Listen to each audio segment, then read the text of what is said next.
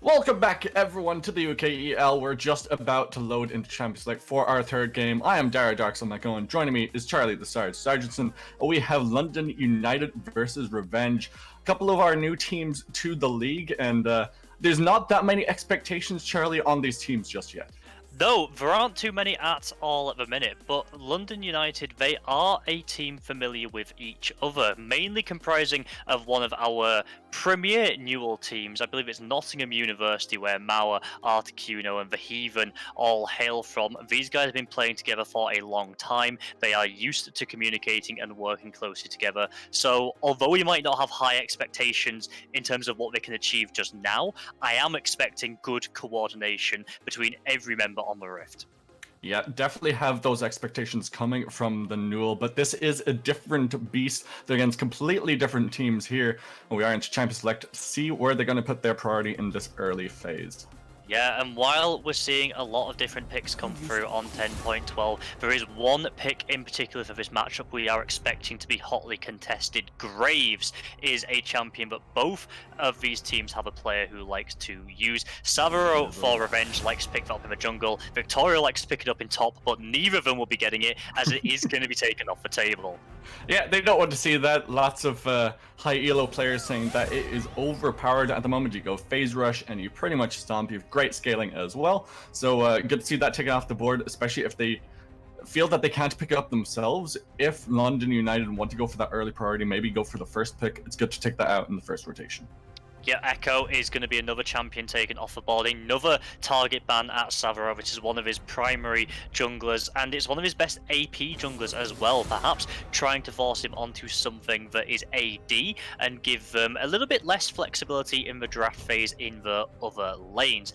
Ornn and Zoe are going to follow up from there. Ornn is just a staple, he has been for such a long time, provides a massive amount of tankiness, huge amount of engage, and that extra gold buffer with those upgraded items. So I'm glad to see it taken off of the table. I think both of these teams are going to go for a fairly scrappy top lane, so I'm not expecting any more tanks to really be targeted too much. So you're expecting something more like the Bruisers. We saw the Gragas already today. We saw the Mordekaiser into that matchup as well. So a lot of these different picks that can be taken from either of these two teams. So what would you like to see picked by either side? So I think with London United having the first priority pick, they want to pick up something that is strong, but also that they are comfortable with. And it might be a bit of a wild card, but Kumikkum is a hardcore Bard main. Whether he's going to pull that out as like AD Bard, we'll have to see on this one. But it's a little bit of that wild card option that will make a name for yourself. Doesn't look like it's going to be the case though, because one of the top tier ADCs we made did slip through. Varus will be locked in, another champion that has been lauded as oppressive, I think is the best way to put it. Lethality Varus is just chunking through everybody, and having that secured is going to definitely put the bot lane in London's favour. It definitely is, and I'm excited to see what they will pair him up with. But before the Varus got locked in, I was going to tease a little bit, kind of say potentially for Kumikkum, he could go Bard, ADC bot lane. You could go that rapid fire cannon as well, which we see when you see support Bard too, but it is obviously going to be the Varus more than likely towards that bottom lane. But Karma gets locked in for Lofticus there in the bottom lane, but potentially for Grishus in the top lane too.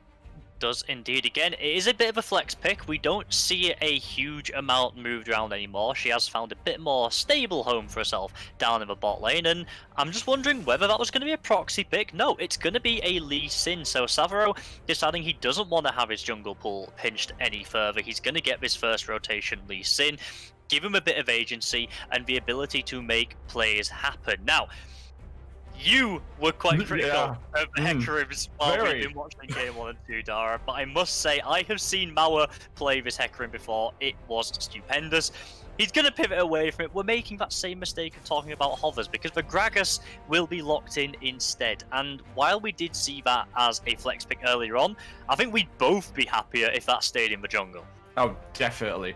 It was something I was very critical of during those games, but I'm just glad that we're not seeing a Hecarim this game, because he's 0-2 on the day. Yes, he got buffed, and yes, Predator and Ghost got buffed as well on this patch, but it just hasn't been hitting the mark, at least today.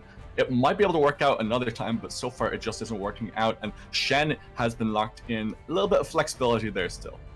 It definitely is, and while I would be expecting this Shen to go towards the top side, he even could also pick it up. This is a man that is down to hook. His main champions are Leona, Fresh, Nautilus, and the Pike. He really likes his champions, so while it doesn't have a hook to pull you in, the Shen definitely fits that same kind of role of locking you down and making your life a nightmare in the bottom lane. Ezreal is going to be the final response of the first phase for the side of Revenge. We've seen how much he can kite around, and we might see this new Korean LPL build that we've been seeing rising in prominence be Death's Dance slightly tankier Ezreal, where he just kites and heals for days. Didn't quite get it to work out for Gould in the last game, though. He just couldn't survive long enough in that game. He was starting to build towards it. He had his Caulfield's Warhammer, but unfortunately didn't manage, I think, to pick up that Death's Dance in the end. Maybe in this game he can get to that stage, but we do have our bot lane almost decided. We have the Karma and Ezreal potentially for that bot lane, and the Varus on the side of London United. But what would you like to see as the support? So this is assuming that Shen and Gragas are going towards the top end of the map on that top side and jungle. I do think that something a bit more defensive would be nice. I don't think you necessarily need something like the Nautilus or the Leona that want to go forwards, because you already have the Gragas cask that can start off fights really well and displace people. You want to protect this Varus and keep him nice and safe, which for Shen is a fantastic tool at doing that, but so would be the Fresh. You know, this Lee Sin tries to get onto you, tries to cause some problems in your backline. You just flame away and you deny that. Speaking of denial, the Yasuo taken away from London United. You know, you've got to have it at the back of the mind when you've got a Gragas locked in already. Yeah. You don't know where these champions are going to go exactly. A Yasuo could always come out and combo very well. So I think that that's very safe but respectful ban from the side of Revenge. Especially when the Gragas provides the AP that the team needs. You can always go with that AD mid laner, or you can even put the Yasuo in the top lane as well if you want to go that direction too, and Shen in the support position as well. But they're going to ban away the Yorick, that split push menace in the top lane that we both know that you know and love very well, Charlie. Oh, I do. But he's going to be taken off the board, and it's a hover for the Sona, but we're not expecting it locked in. We are not indeed. We kind of already have our support, who we think is going to be a support. Renekton, though, would be someone we would expect him. We were looking through these teams op.gg's earlier on. Gracious, we hope we're saying that right. We do apologise. Please feel free to flame us if we're not getting it right. Is a we asked him in the pre-lobby. We asked him in the pre-lobby. He just sent like kind of squinty face.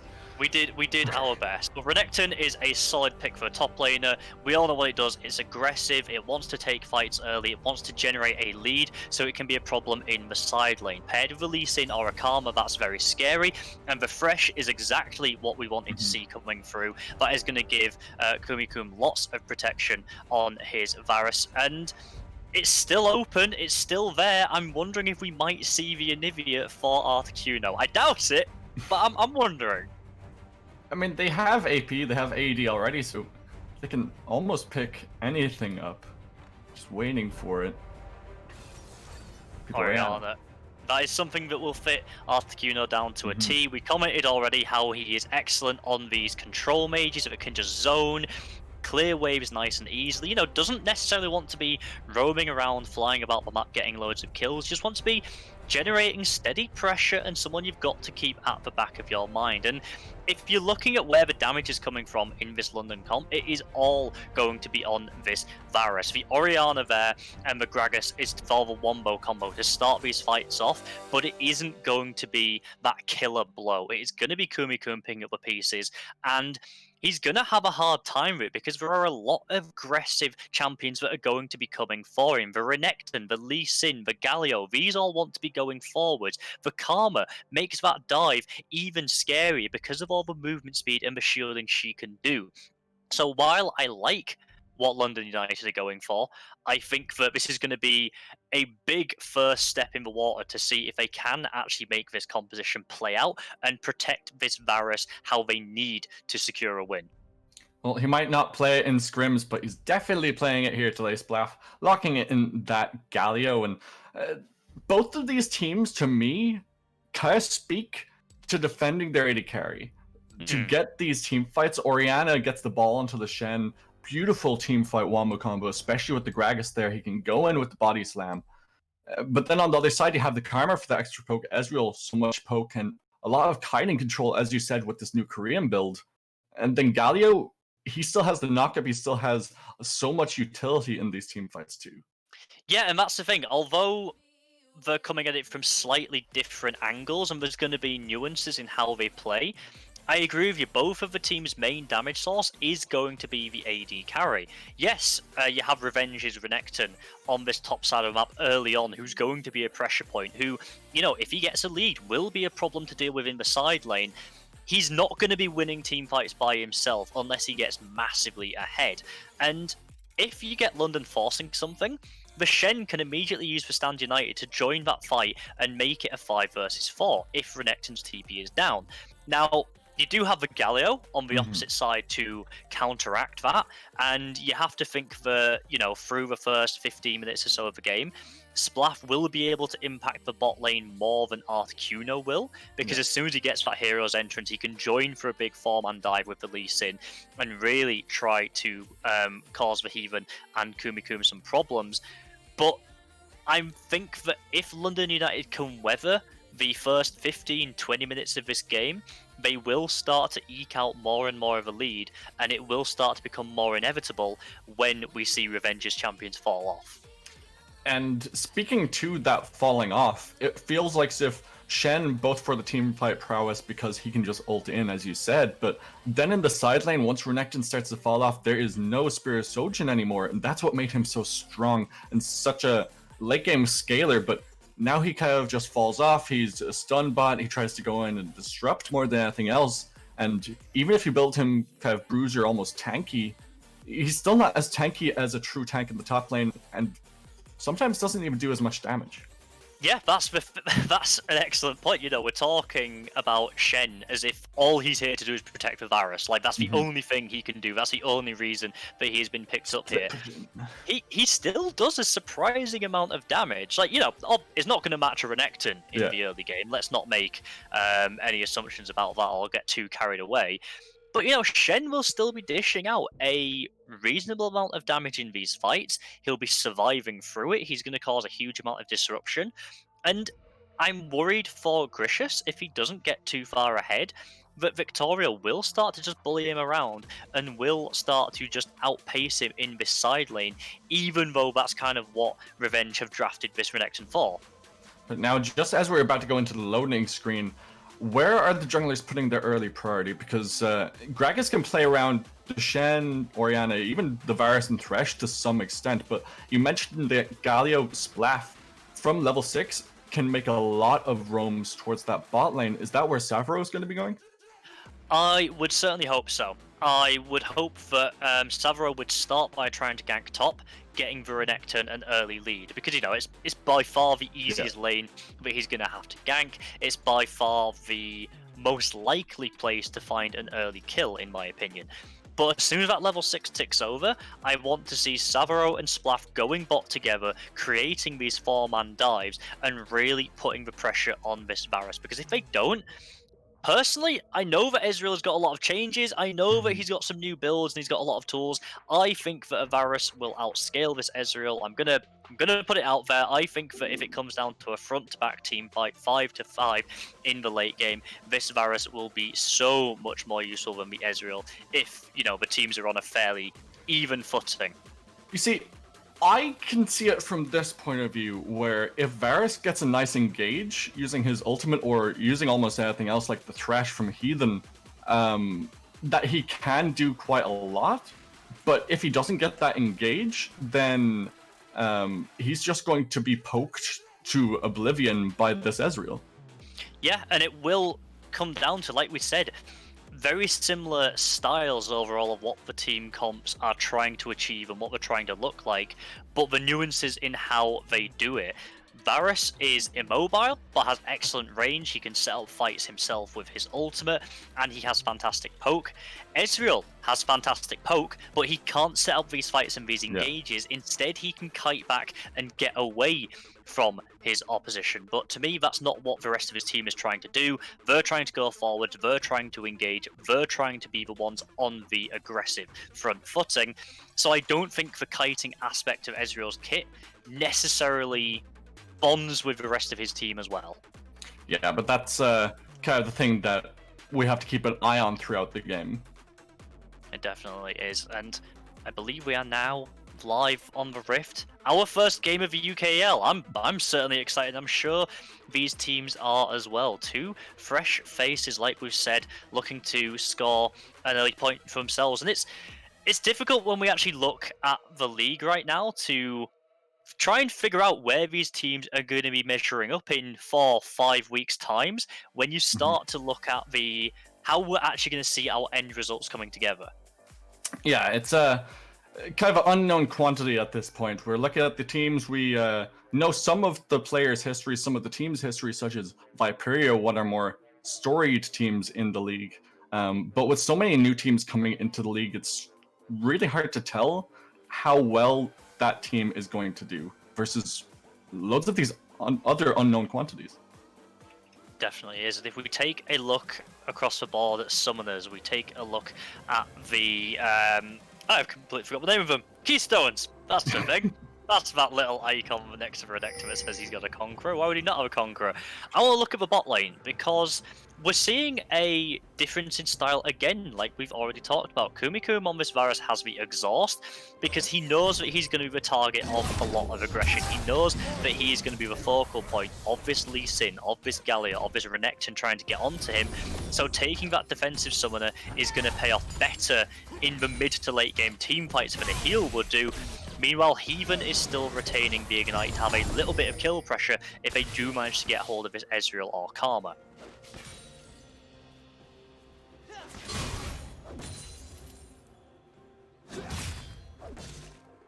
I think you might be muted there, Dara, my buddy. Oh, I am muted. I was trying to sort things out with the stream. My bad. There we go. But I like that they decided to go with this Ignite and Exhaust. We'll talk about that in a second, as Victorio is in a lot of trouble, has to flash away. The Renekton doing so much early damage. Reached that level 2 point before the Shen, but I like that they went with this Ignite and Exhaust bot lane. I do miss the heal when I am the AD carry, but if you can get a pick, if you can burn the Exhaust, burn the Cleanse from the bot lane of Revenge, then you have all of this pressure, and if they flash to try and get away, you might still get the kill anyway. Yeah, that's the thing. With a Cleanse there on the Ezreal, it's going to be very difficult to actually lock him down. He's already incredibly slippery. He has the speed boost, he has the shields from Lofticus's Karma as well. I'm not expecting to see the Heathen and Kumikuma get any kills in this early laning phase, but hey, they certainly have the summoners for it if they can find something, and if Savaro is not around to help them out. But it looks like there's a bit of an invade going on in the jungle, maybe some vision going down to spot where people are going to be, and already Savaro is in this bottom river. He's trying to get that scuttle. Gragas has been spotted. He's in a bit of a precarious position here. You can see Lofticus is heading up. Gragas is going to have to belly slam over the wall on the minimap. Will get out, but it leaves Takado Hammer alone. Ooh, the Heathen, that's a bit ambitious, buddy. Close. Almost got it. Might be able to get a pick onto Takane there. But Splaff goes in the lane, gets the taunt down, throws out the Winds of War, goes forward, Flash picks up the first blood, looking for something in the bottom lane, will miss the hook though. Savaro gets a little bit of work done in the mid lane. Yes, it costs the flash, but you pull the flash from the Orianna, and you'll definitely take that all day long if you are the Lee Sin, because it opens that up again. Fight in the jungle. Will manage to pick up that Ref Skull. It goes over to Savaro. In comes Renekton. He will have to flash and body slam away, but Renekton comes in, takes him down. Victorio just has to sit by and watch. Mao is caught aggressively going for that Rift, the River Scuttler once again on the top side. This time it will cost him his life. Renekton was able to move down first. For a kill, Taunt will manage to get away. Doesn't quite get the tower shot come down, but Lee Sin is off to the side waiting in the wings, ready to help, but Takanai does get flayed backwards. So much trading of damage in the bottom lane, but no kill pressure just yet.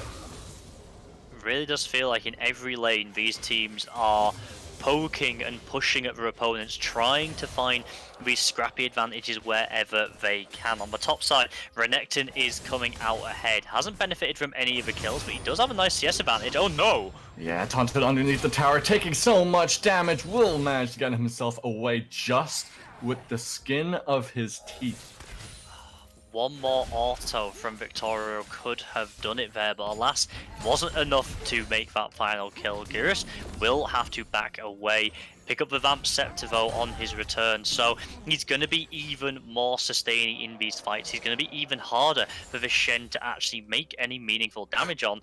And so far, it looks like Savaro has the run of the jungle as well. 2 kills ahead, he's ahead by a couple of camps already. Level in the back pocket as well. It's going to make contesting any of these objectives very difficult for Mala. It definitely will, and it makes it even more difficult with the priority in the side lanes, given over to the side of Revenge. Because when they have the priority in the mid lane, when there's priority in the top lane, it just allows them to get all this pressure around these two Rift Heralds, almost call it Rift Skull, and that can give them so much global pressure, so much map pressure, I should say. It definitely will, and we're seeing our first backs coming through from all the laners.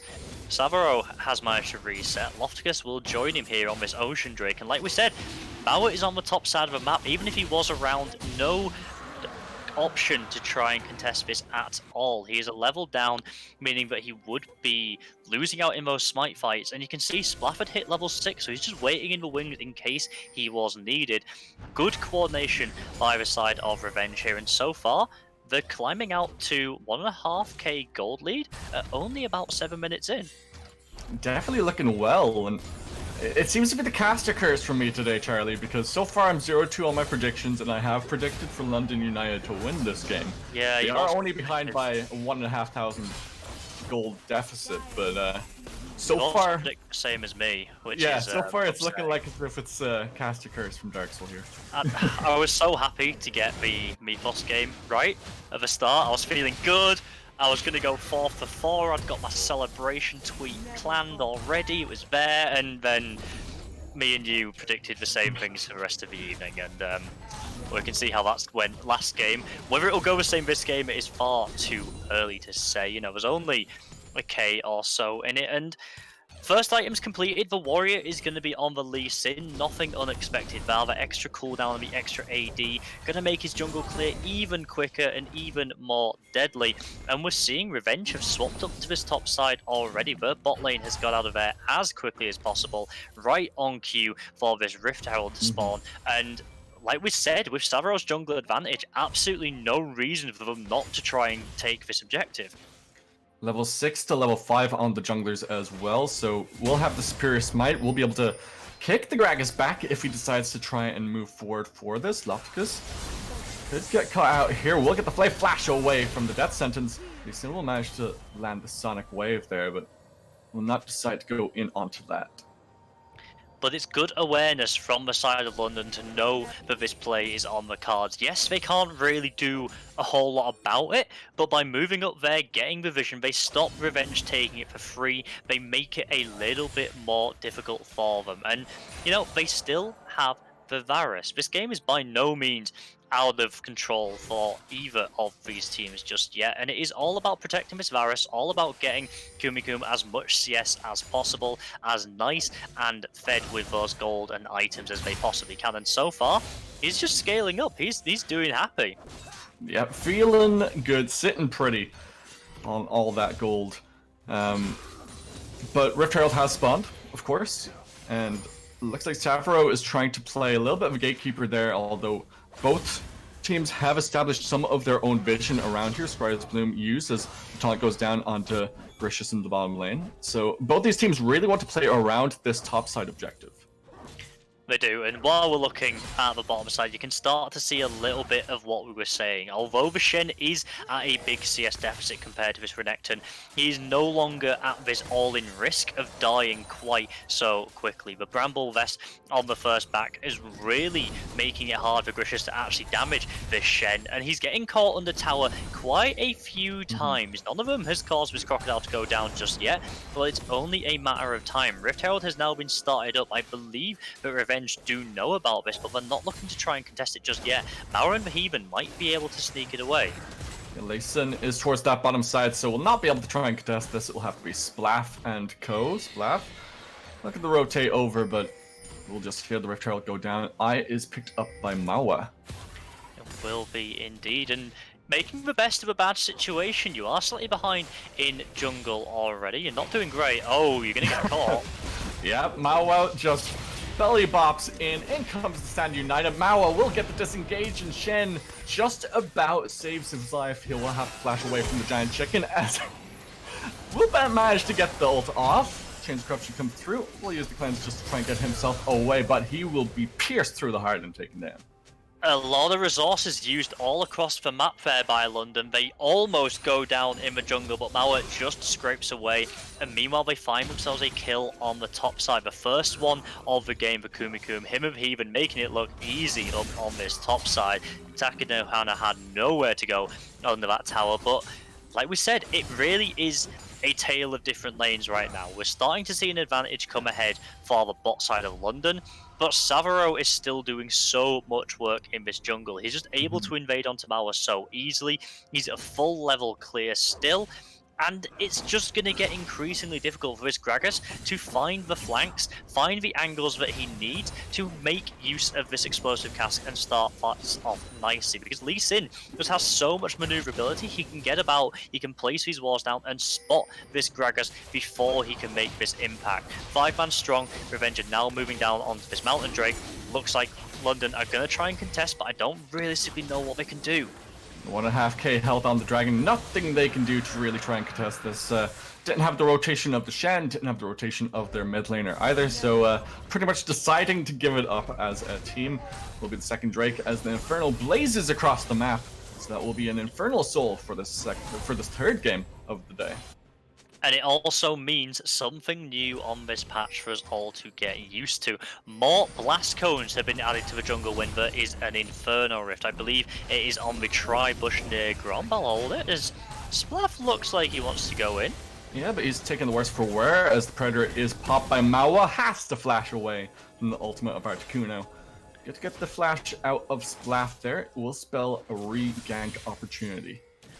Did cost the ultimate there, a sombrero from Articuno, but to be honest, using that for a flash is going to be worth it. That's going to be nicely invested, and like I was saying, well, looks like we have a bit of downtime. A new change this patch to the Rift. More blast cones! You got them in the alcoves, you've got them in Gromp. Takanohana has an arrow through him as well after he gets hit by the Chains of Corruption a second time from Kumikum. This Varus is getting all of the right connections there, and yeah, just some of the teams to bear in mind. More angles of attack, more maneuverability, more ability to hop over walls. Something we haven't seen before, and I'm honestly wondering if it will have a massive impact. It's another adjustment. Yeah, it's another interesting thing to really note as Splaff goes in. He didn't know Mauer was nearby, knocked back with the cask, but can they take the fight? Can they take the kills? True Shot Barrage comes by, will not manage to pick up anything, and then just dash away from the death sentence from Heathen. And we haven't talked about it much, but I really like this Galio pick, and I think that that was a perfect example as to why. You know that the Orianna was going mid lane, you knew that the Gragas was going to be in the jungle, not an awful lot of opportunities to roam up from the bot lane or from top side down to impact as well, so you pick the Gragas who loves all of his magic damage coming this way. He can just build magic resist early on and get innately tanky against it, so he's loving all of these ganks and he's at no threat really of going down to this pairing alone. Greg is also making his way towards this bottom side as the Death Sentence will not manage to connect. He pops the Rift Herald in the bottom side now as Lee Sin makes his way through. I think he gets spotted out by a ward there, but Victorio has to make his way away. He flashes away, but Grishis goes through with the slice and dice, will manage to find the kill eventually in the top set, but Gracious, oh, he just manages to get away with his life. Oh, I thought he was going down there, but the Triumph kept him alive. Meanwhile, we're moving over to bot. Sabro gets the kick. Yeah, he gets the insect, but not quite into his team. In comes the Galio, but Ghost Golden on the side of Mawa will buy himself a little bit of space. The taunt comes through, but look at the bot lane of the side of Revenge. They're so low as the Thresh is cut down as well. Picked up by the Karma. That's 1-for-1 so far in the bottom side. Make that a 2-for-1. Articuno trying to get his way away from Splaff. Has to flash the taunt, not quite reaching.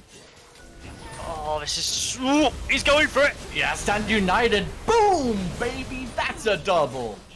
Oh, I was about to say that fight was so heartbreaking for London, with every single member of Revenge getting away oh so low. But with the Stand United coming in, it gives Kumikun the confidence to step up. Revenge take the bait, and Varus gets the double. 3-0 now. This is the main man to look at for London. This is where all of the damage is going to be coming from, and so far he is getting all of the work invested into him. They're going to take this tower on the bot side as well. He's going to be able to back and finish off that Blade of the Ruin King quite nicely. Yeah, a lot of injection of gold into this Varus. 2,300 on his back. As you said, pick up that Blade of the Ruin King. He has his Berserker Greaves as well, so he's going to be able to start pumping out so much damage in these team fights, especially when he goes towards that Runan's Hurricane for the extra poke damage to the additional targets as he's attacking. And this is the win condition. This is the win condition for London that we mentioned during Champion Select when we saw the Varus locked in. We said that they were probably going to play around this bottom side. With that double, it's brought them back into the game. Yes, they're about 1.5, almost 2,000 gold behind still, but it's their saving grace. It absolutely is, but let's not get too carried away, because while that fight turned in London Esports' favour at the end with the double kill onto the Varus, it was not very clean at all. It looked like every member of Revenge was going to get away to start with, and they picked up a double kill themselves. I believe Ezreal and Karma both got one apiece, so you know, they didn't come away empty-handed themselves. London still had to pay for that fight with their lives. And now, as we're trying to push down into the mid lane, they're really having to group up to have any sort of impact. They have to group up as Mawa just gets bursted. Savro will pick up that kill. He'll be cut down himself as the death sentence will go wide. That's both junglers dead. And it seems like London is confident enough to try and go for this dragon, but in comes the teleport from the flank. It is being channeled by Splaff. They will manage to get onto the Renekton, but Renekton, he's a little bit tanky, but he'll eventually be bursted down. Splaff throws out the Winds of War, trying to find the damage, trying to find something. Will manage to push them away from the Drake for the time being as they go back. And the Drake is just resetting now. Both of the teams decide to disengage. The gold has been closed to just under AK once again. And a good fight for London. It starts off with Mawa getting picked, but they managed to trade Savaro back. That is a trade they're going to take all day of the week. Revenge are going back onto this dragon, but London spotted it out. They're going to have the numbers advantage here. The TP coming in from Victoria is going to even that up. It looks like we might see another fight. Teleport also coming in from Gracious on the back line as well. They want to go on to the Articuno. They want to go on Kumikun.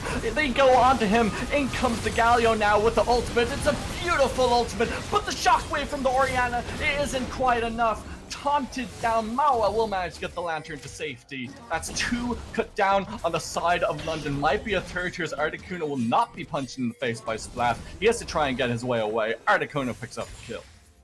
Good work from Articuno there in the end, stepping out of the Winds of War to put the pressure back onto Splaff and pick up the kill. But we saw there a perfect example of how dangerous it is to play this style of comp.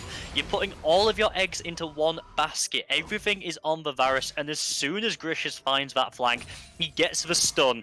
Splaff comes in with a knock-up, Kumikun goes down, and that is the fight immediately over to Revenge.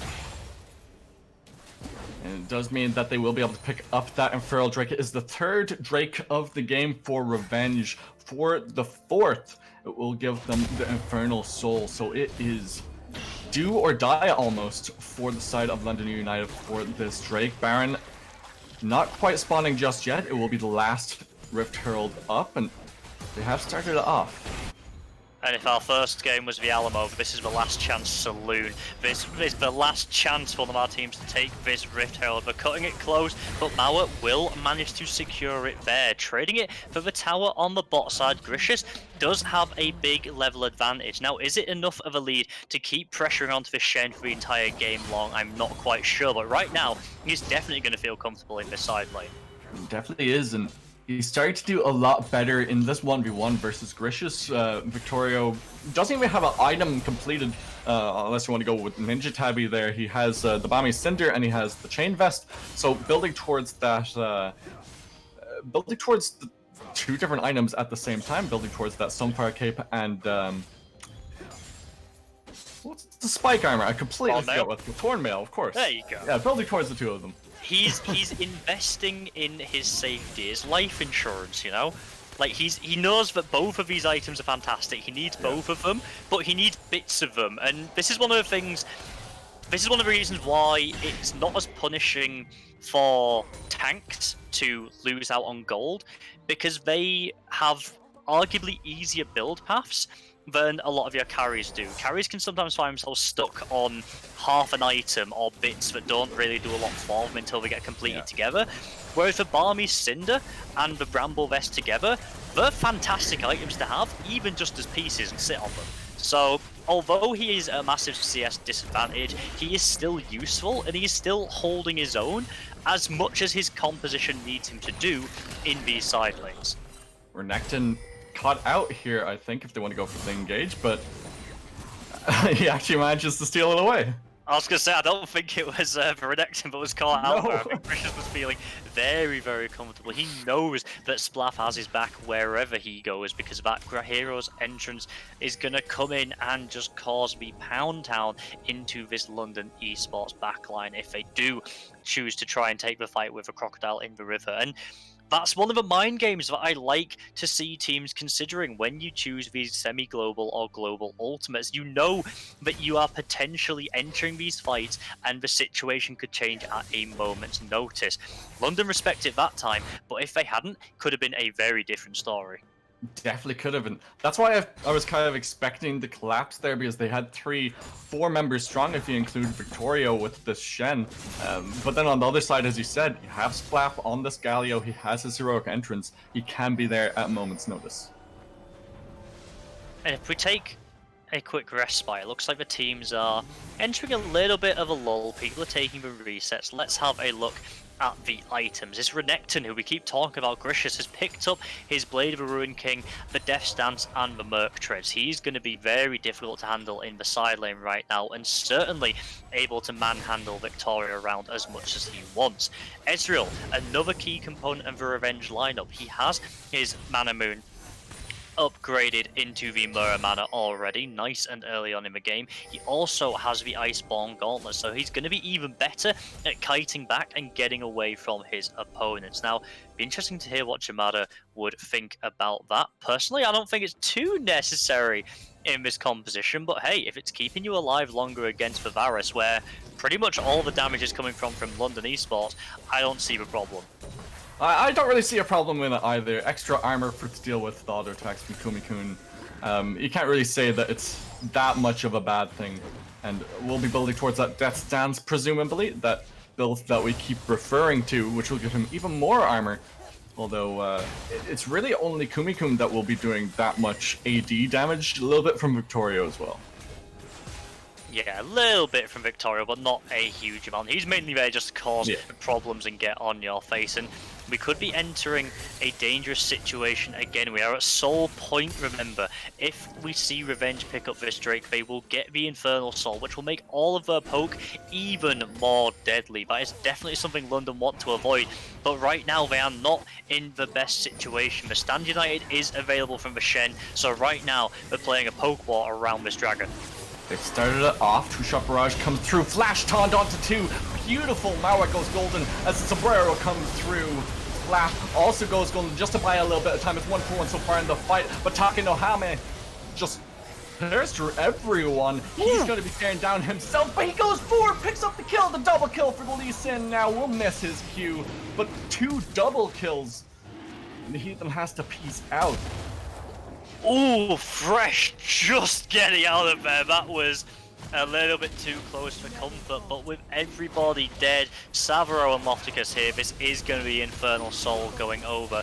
Bar a miracle steal from the Heathen. He's going to back away, they're going to cede this soul point, and I'm going to be honest, Dark Soul, I thought that that fight was going well for London. I saw the initial engage, and I saw that Kumiko manages to flash over the wall. He's free-firing into the backline, and it looks so good. But there's just too much damage coming through. Takanohama manages to get in and take him down, and from there, that was all she wrote. The Infernal Soul will go the way of revenge. London United will get no Drakes this entire game long. The Barons are going to be the only neutral objectives they can fight for now. Baron is spawned, but with a 2,000 gold lead, it feels like if it's even more for revenge at this point, because their team fights just seem to be going so well for them. Savaro doing so much work throughout. But then again, on the other side, you have Kumikum 622, 2.5 items, so he's not exactly doing too badly for himself. And really, the hero of that last fight for the side of Revenge was that initial engage from Splath. The flash into the Galio taunt was absolutely beautiful. It caught, I think it was 3 members. Kumikum just managed to flash out of it, and it allowed all of the combo to come down. It was glorious to see, and that is the kind of engage they need. They need to be catching multiple members of his London team and just popping them as soon as they can, because right now they definitely have the damage to do it, all further enhanced by that Infernal Soul. Definitely do, and we saw earlier on just a Q from Takane onto Kumikum. It took almost quarter of his health bar, just that one Q, but they definitely don't want Revenge to be doing this, Baron. Look at the plethora of wards towards the top side. There's so many of them. There's 3 control wards? Yeah, you've got to 4 invest now. that vision to try and keep it safe, but once again, we might see Mauer could have bitten off a bit more than he can chew here. He's the one that might be caught out here. Even though he goes on to Splaff, he can't even 1v1 him. Teleport now being channeled as the Stand United also comes in. Nice taunt, but what will it give you? Victorio trying his best. Zorina has a flash away on the side. Sonic Wave will be used. Resonate Strike eventually comes through. Victorio gonna try and get the Death Sentence away. He will manage to get out as the taunt gets himself even further out. No one dies in this fight except for Articuno. As the exhaust goes down onto Mawa, they have to get away from this top side completely. That is Baron over the Revenge. There might be no deaths, but look at the actual damage that was done. No flashes are present in the entire game. So many ultimates were blown across the board, and like you say, this Baron is now absolutely free for Revenge to take. They were still relatively healthy after that fight. They still have the tools to do it. They're in the position, and they get the first Baron of the game. 27 minutes in. They're on the tier 2 set of towers everywhere apart from mid lane. Can they break the base on this push? I think it's going to be a bit of a challenge, but if they make another catch, if they get another fight like that, they could take the base. If London United can defend their AD carry, then potentially they will be able to... I was going to say potentially might be able to take a team fight, but from the way that it's been going, it just feels more in favor of Revenge just in general and throughout a team fight anyway, because they seem to either get 1 kill and just win the team fight, or they get several kills and win the team fight anyway. But do you think that defending their Varus is going to be enough? I don't think it's a case of whether it's enough. I think it's more a case of whether they are able to do so. This is 2 fights in a row, back to back, where we've seen either a fantastic engage where Varus manages to get out of it, but then still can't take the fight because the rest of his team is taking too much damage, or where Varus wasn't in position to actually be in the fight in the first place. Well, we just saw it around the Baron. It kicked off in the river. I think it was 4 versus 4, and Kumikun was still in mid lane. And you're taking these fights, which London engaged on, by the way. It was them that decided to actually initiate that fight rather than backing away. When you don't have the main carry, your damage source, the one person really who is going to put the heavy work in fights, That's the kind of decision that is going to put you in this position where you're now defending multiple lanes, losing multiple towers on a push, and really, they're just being poked out so heavily now. And oh, that one Q alone, half health Kumikum, and yeah, it's starting to get scary. Death's Dance, like we said, is completed now on this Ezreal. He's certainly ramping up. And your Shen can't even match Gracious in the side lane. He's 3 levels behind, and 3 items to 2, one of which is a defensive one for you to help your AD carry. So you can't even match that side lane pressure. You lose the team fight in the 4v4, you lose the 1v1 split push. What do you do as London when you're 5,000 gold behind, almost 6? See, this is the difficult situation because you need to... The way that I envisaged this game going was it was going to be fairly even. Nothing was kind of going to happen for the first 15 minutes or so. And then we were going to have these fights where it was London who were kiting back and trying to defend against Revenge who were coming towards them. That hasn't really been the case. A lot of these fights we've seen, Revenge have set up around an objective or threatened an objective, and London have kind of walked into the river, they've tried to square up to them, and then they've just been knocked aside. Splaff and Grishus have been really good at going forward into the backline and causing disruption, forcing London to then try and get away, and they've just had no real answers. Again, Grishus there, he forces out the Stand United and manages to get over the wall. Elder Dragon's going down, and so far London can't do anything about this. Mawa will die if he tries to contest this. He has to body slam over the wall. Look at his health bar. That is about as small as you can get as the insect comes through, and Varus is cut down. They don't even need to try and get anyone else as Grishus is looking to go into Articuno. He just destroys him. Tries to get over the wall with the slice and the dice, but the Elder Drake will be picked up by Revenge.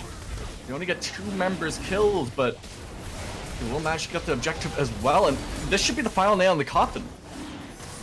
I thought they were gonna unleash the dragon there for a second. I was a little bit confused as to what they were doing. It doesn't matter if Revenge get 2 kills, 3 kills, as long as they get that 1 kill onto the Varus, they're sitting pretty. That is all they need to do in these fights, and so far, they've been getting away with it every single time. This was a reasonably close game. There was about, I think, 5k in it at 18 minutes, and then London United managed to come back. They managed to close that gap and make it more of an even footing. Now we're talking 32 minutes in. Elder Dragon, Infernal Soul, 7.5k gold lead, Baron, everything has gone the way of Revenge, and the fights haven't looked that difficult for them. They get a pick, and the team fight's just over from that one pick that they got. Yeah, that's pretty much it, and that's because where the damage is actually coming from, it's a lot more spread out and a lot more even. You know, if Renekton goes down, that's a problem, but it's not team fight ending. If Lee Sin goes down, it's a problem, but it's not going to lose you a team fight. If Varus goes down, you have lost that team fight and you need to bug out of wherever you are. You now cannot take this fight because Orianna simply doesn't have the damage. Gragas doesn't have the damage. Shen is basically a glorified minion at this point, just trying to stun people up. And while the Heathen is trying to make these plays, he's trying to get these hooks and cause this disruption, there's just too many threats that he can't deal with by himself. You have to flash away from this Renekton as well, so the Blade King will get slow. Grishus can just tower dive for days here. He has the Dominus, which he did pop, but you're still 2 levels behind him. 2 items behind him. Yeah, it's and you know, we're kind of past the stage of a game where we're thinking, okay, you know, he'll come online in the later game, he'll be able to be that side lane threat, because London United, you're running out of side lanes. You don't really have them anymore. They're kind of at your base already, and with a Baron back on the table, no towers outside the base. Thought they were gonna do a death brush there. Yeah. Like, don't do them like that, please. And over the wall, Grishus goes onto the Heathen. Heathen should be pretty dead here. The Sappho will be cut down too. Victorio sure the follow as the taunt comes through. Beautiful ultimate from the Orianna. Will manage to find 2 in the team fight. Kumikum has to flash away as Victorio. Will manage to get the dash to safety. Kumikum on the wrong side of his own jungle. Savaro picks up his 7th kill.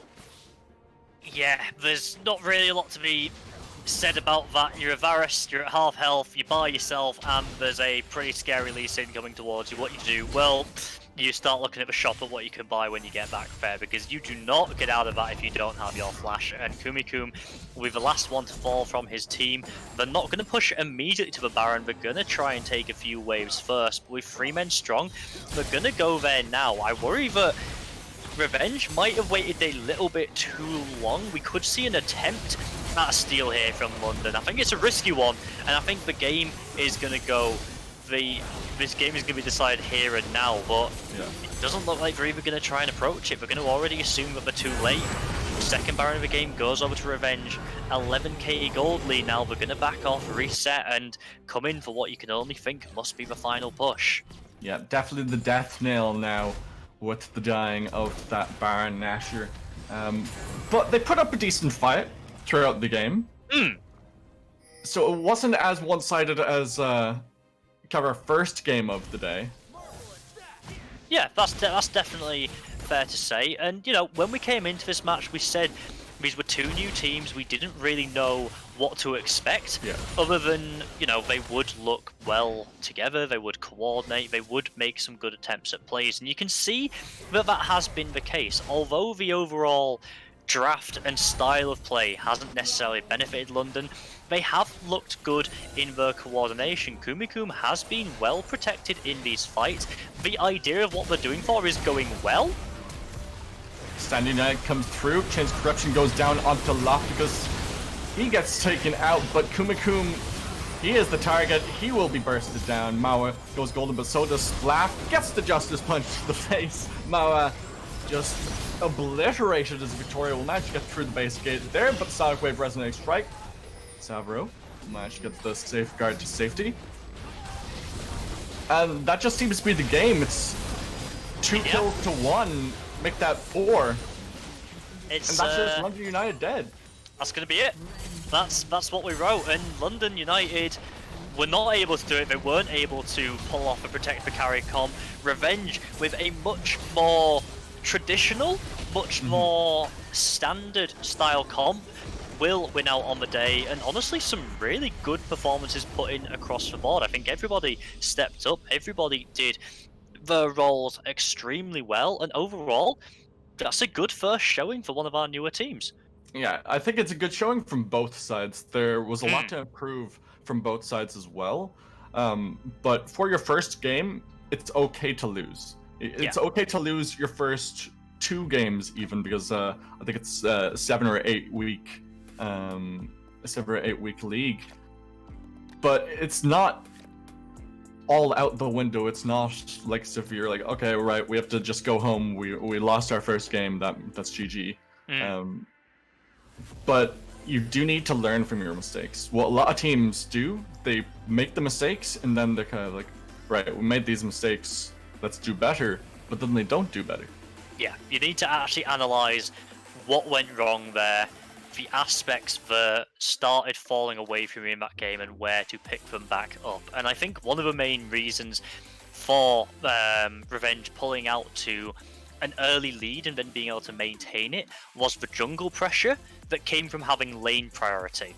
You had the Galio in the mid lane, who was pretty much untouched by Orianna, could go wherever he wants, and as soon as he hits level 6, can join a fight wherever on the map.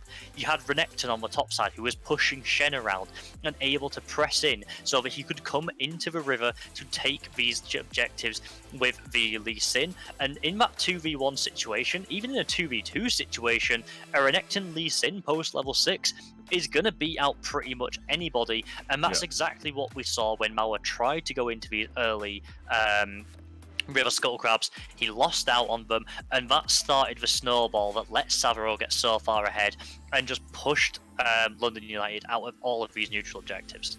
And just before we go to our break, before we go to our final game, I would like to ask you for your MVP candidate for this game from Revenge. Honestly, I'm really torn. So about halfway through the game, I was thinking Splaff, the Galio for not necessarily having the standout carry performance like the Mhm. Lee Sin, Savaro being all flashy, but he was doing his role and he was doing it excellently. You know, he was creating this pressure, he was letting the other members of his team push forwards and be aggressive. But it's hard to overlook for an excellent release in. Nah, I'm going to stick to my guns. Splaff. I think the Galileo Splaff? performance was a good pick, and yeah, he did exactly what he was supposed to do. Okay, I think it's. I personally think it's Savaro, but I will go with you for Splaff because Splaff did play really, really well. But I'd like to give a shout out to Savaro as well. Oh, because absolutely. His Lee Sin was pretty insane. Absolutely, like it was really difficult. Like I was torn between Grishis, Savaro, and Splaff, and that's not to say that Takano, Hana, and Lofticus didn't have a good game. Yeah. Every single member on Revenge did really well. I think they were just outshone in this first showing by those other three members, and yeah, might be controversial, but I'm going to give it to Splaff because he just did his job and did it well. Right. Next time, if we're casting a revenge game, if it's between Savaro and Splaff, I'm just going to stick to my guns and go for Savaro. But I'll go for Splaff this time because he had some crucial team fight taunts. To be fair, yeah. So we're going to go to a quick break, and we'll be back for our final game of the day. Don't go anywhere.